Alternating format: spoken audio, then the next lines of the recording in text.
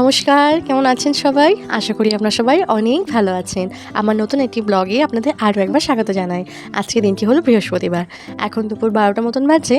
আমি এসেছি বাবুকে আনতে। আজকে কি বলুন তো, স্কুলে কোনো রকম কম্পিটিশন চলছে বলে বাচ্চাদের, ছোটো ছোটো বাচ্চাদের তাড়াতাড়ি ছুটি হয়ে যাচ্ছে। ওই জন্য বাবুকে আজকে 12টার সময় স্কুল থেকে নামানোর কথা, তাই আমি দাঁড়িয়ে আছি বাবুকে নেওয়ার জন্য। দাঁড়িয়ে আছি বেশ 15 মিনিট মতন হয়েছে। কী পরিমাণে রোদ্দুর আর কী গরম লাগছে তা বলার মতন না। আর তার মধ্যে দেখুন কোন সময় যে এই যে এত সুন্দরভাবে চড়া করে রোদ্দুর হয়েছে বলে প্রায় রাস্তাঘাট প্রায় শুকিয়ে গেছে। কোন সময় যে বৃষ্টি হবে তা বলার উপায় নেই। দেখুন চলে এসেছে বাস, ওই পারে আজকে নামিয়েছে। যাই হোক, ন্যানিরা হয়তো এই পারে এসে দিয়ে যাবে। দাঁড়িয়ে থাকি দেখি, আর তার মধ্যে এত ট্রাফিক বাচ্চাদের নিয়ে রাস্তায় এইপার ওপার হওয়াটাও কত বড় যে সমস্যা। এই বাসটা আগে এখানে এই পারেই দাঁড়াতো। এই যে রোড পারাপার করাটা প্রচণ্ড সমস্যা, গাড়ি ঘোড়া এই যে কত বড় সমস্যা। কোনো একটা বাচ্চা যদি বাই এনি চান্স হাত ছটকে দৌড়ে চলে যায় তাহলে কিন্তু সমস্যাটা আরও বেশি বেড়ে যায়। কেন যে এতগুলো রিস্ক নিতে যায়, কারণ একটা কথা কি বলুন তো, দুটো বাচ্চা এখান থেকে ওঠে, তো ওই জন্য ওরা আবার রিটার্ন আসবে, ওইখান থেকে গিয়ে ভেতর রাস্তা দিয়ে চলে যায় নিজের স্কুলের লোকেশনে।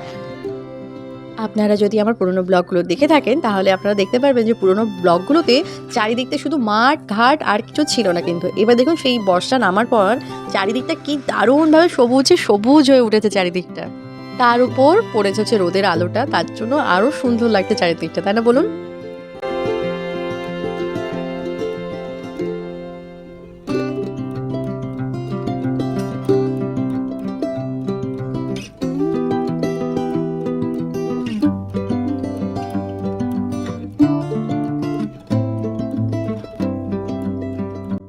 আমি অর্ডার দিয়েছিলাম ব্লিঙ্কিট থেকে জিনিসপত্র, সেটা চলে এসেছে।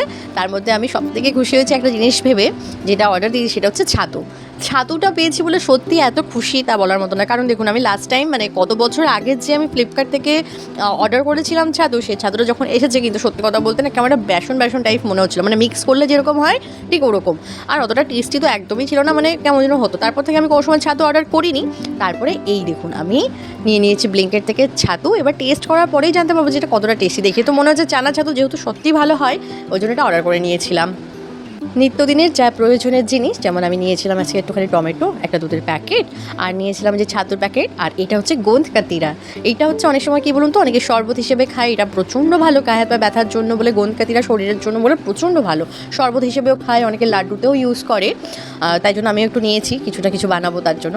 আর নিয়েছিলাম একটা রাগির আটার প্যাকেট। এই রাগিটা তো খাওয়া হয়ই না, ডাইরেক্টও বানানো যায় না। এই জন্য আমি কী করেছি, ভেবেছি আটার সাথে মিক্স করে এটা সুন্দর করে রুটি করে যদি বানানো হয় তাহলে শরীরের জন্য প্রচণ্ড ভালো। আর খেলেও অবশ্য টেস্ট, আটার সাথে মিক্স করলে টেস্ট একদম অন্যরকম লাগবেও না। একটু কালো কালো হবে রুটিটা, কিন্তু খেতে খারাপ লাগবে না। দেখুন আপনাদের দেখালাম সকালবেলা কী প্রচণ্ড রোদ, আর এখন দেখুন কী প্রচণ্ড বৃষ্টি। প্রায় 3:30টার পর থেকে ওই যে বৃষ্টি নেমেছে, আর কী পরিমাণে বৃষ্টি হচ্ছে দেখুন। ভাগ্যিস আমি অর্ডারটা অনেক আগেই করে নিয়েছিলাম, এই বৃষ্টির মধ্যে বেচারা দিতে আসতো, পুরো ভিজে যেত। আর এদের একটা নিয়ম আছে, দিতে আসবেই। আর দেখুন গাছগুলো কী সুন্দর লাগছে টপে দেওয়ার পর থেকে, তাই না বলুন? দেখতেও বেশ ভালো লাগছে। এখন তো বর্ষাকাল, যখনই গাছে মনে হয় যে হ্যাঁ ওপরের মাটিটা একদম শুকনো হয়ে গেছে, তখনই আমি অ্যাকচুয়ালি জল দিই, নাহলে কি বলুন তো গোড়াগুলো নষ্ট হয়ে যাবে। ঠিক 15 দিন যখন কাটবে তারপরে আমি আবার একটুখানি গোড়াগুলো সুন্দর করে উপরের মাটিগুলো খুঁচিয়ে দিয়ে বোন মিল দিয়ে সুন্দর করে আবার জল দিলে পরে গাছটা আবার তরতর করে বাড়বে। আজ আমি বসেছি আলমারি গোছাতে, এত পরিমাণে জিনিসপত্র রয়েছে। কবে থেকে যে ভাবছি যে গোছাবো, একদিকে গোছানো হয় তো আরেকদিকে হয় না।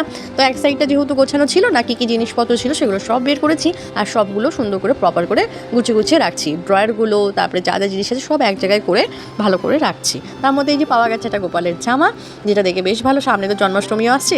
আর সব থেকে বড় প্রবলেম কি, সব কাপড় জামা তো একটু একটু করে আমি ন্যাপথলিন রেখে দিচ্ছি। এই আলমারিতে হাত দিলেই কত হারানোর জিনিস ঠিক পাওয়া যায়, ওটাই একটা মনের শান্তি। যাক এটা পাওয়া গেছে, ও তার মানে এটা আছে, যাক এই জিনিসটা হয় আমার সাথে প্রচণ্ড। অ্যাকচুয়ালি কী বলুন তো, আমি আসার পর থেকে আলমারিতে সেরকম বেশি হাত দিইনি। এবার যেসব জিনিসগুলো এই দেখুন এখানে কত ধরনের আমি জিনিস রেখেছি, সেটা পরে মনে পড়ে ও এখানে এই জিনিসটা আছে।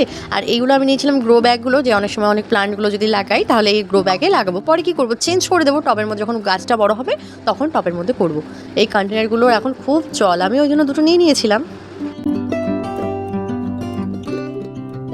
এখন বাজে হচ্ছে সন্ধে 8টা। সন্ধে বলার কারণ হচ্ছে কারণ এখানে সন্ধেটা একটু দেরিতেই হয়, 7:30টার সময় পুরোপুরি অন্ধকারটা হয়, তাই জন্য পুজো টুজো দিয়ে আর ওইদিকে তো আমি গুছিয়ে টুছিয়ে পুরো কমপ্লিট। আমি শুধু এখানে এসেছিলাম বাবুকে একটু ব্রোকলি সর্টেড করে দিলে বাবু খুব পছন্দ করে। বেশি কিছু না, একটু হালকা লবণ ছিটিয়ে দিই, কারণ অল্প লবণটাই দেওয়া বেটার, বেশি হলে পরে খুব মানে লবণটা বেশি মনে হয়। আর একটুখানি গোলমরিচের গুঁড়ো দিয়ে এটা বানিয়ে দিই, ও এত ভালোবাসে, সত্যি খুব টেস্টিও লাগে খেতে। এই ব্রোকলি সটেটা সত্যি কথা বলতে প্রচণ্ড টেস্টি হয়। একটা বাচ্চা যদি পছন্দ করে তাহলে ভাবতেই পারছেন কতটা টেস্টি লাগে। আর বেসিক্যালি আমি এক পিসই শুধু খেয়েছি, বাকি পুরোটাই ও খেয়েছে।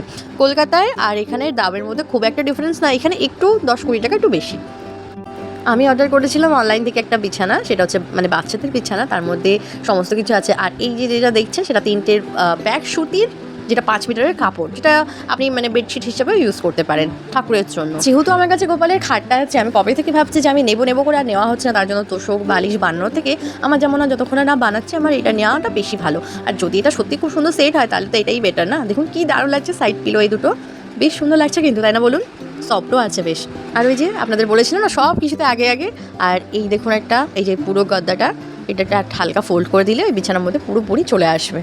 বেশ ভালো লাগছে কিন্তু, তাই না বলুন? এই নরম যে তোষকটা যেদিনকে আমি ঠাকুরের খাটে সেট করব সেদিনকে আমি আপনাদের দেখাবো। তার আগে তো আমার একটু কাভারগুলো বানাতে হবে, এটারও কাভার বানাতে হবে, বালিশের কাভারগুলো বানাতে হবে, সেগুলো পুরোপুরি রেডি করে আমি আপনাদের দেখাবো। তাহলে আজকে ব্লগটি আমি এখানেই শেষ করছি। ভালো লাগলে অবশ্যই করে লাইক শেয়ার আর সাবস্ক্রাইব করতে একদম ভুলবেন না। জানাবেন কেমন হচ্ছে ব্লগটি। ভালো থাকবেন সবাই, সুস্থ থাকবেন সবাই, সাবধানে থাকবেন সবাই। দেখা হচ্ছে খুব শীঘ্রই নতুন একটি ব্লগে। ধন্যবাদ সবাইকে, ভালো থাকবেন সবাই।